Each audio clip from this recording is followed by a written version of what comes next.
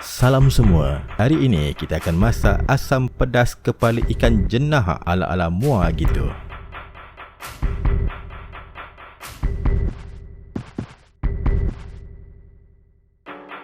Mula-mula kita masukkan bahan yang telah dikisar. Alamak, gas habis dah.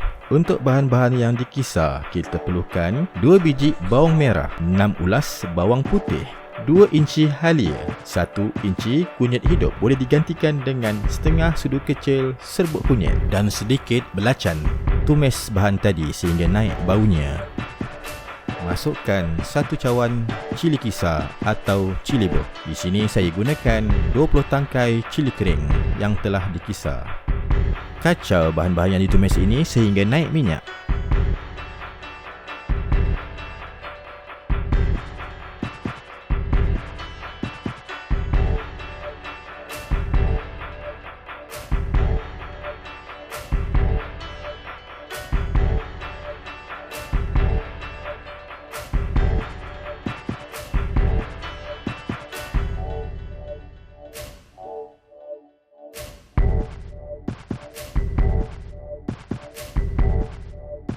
Kalau penat berdiri tu, duduklah dulu. Kacau lagi.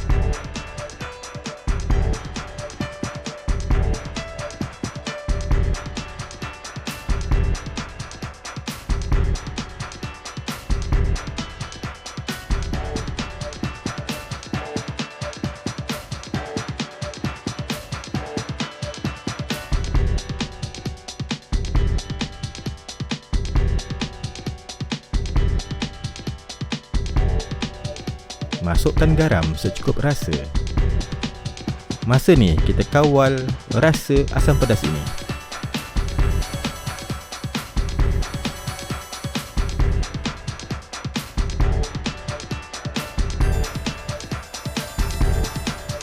Lepas naman tangan ataupun minyak sudah naik, kita masukkan kepala ikan jenahak tadi. Saya menggunakan ikan yang telah disejuk bekukan semalaman.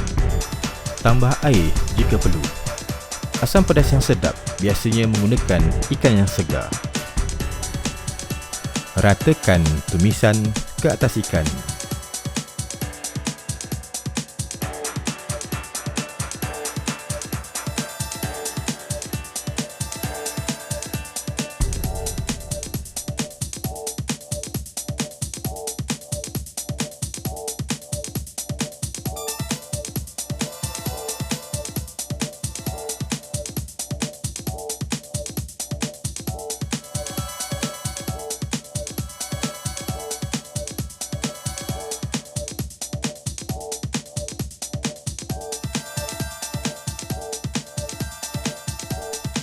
Lepas puas hati dengan rasanya, kita masukkan air asam jawa. Saya gunakan segenggam asam jawa. Kadar masam bergantung kepada selera masing-masing.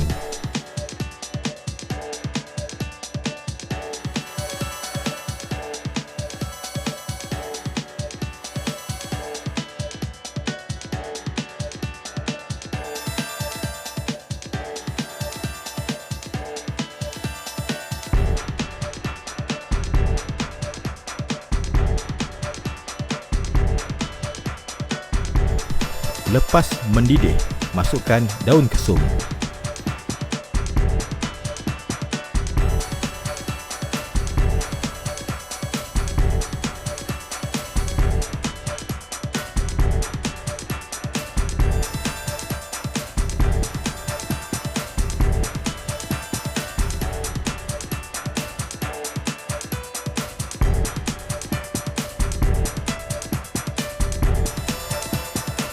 Lepas itu, masukkan bendi dan tomato.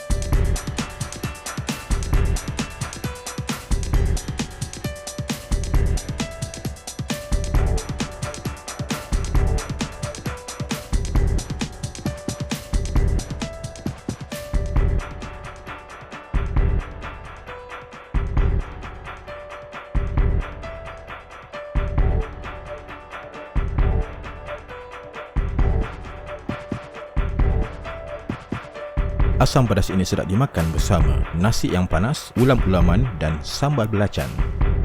Jangan lupa subscribe. Selamat mencuba.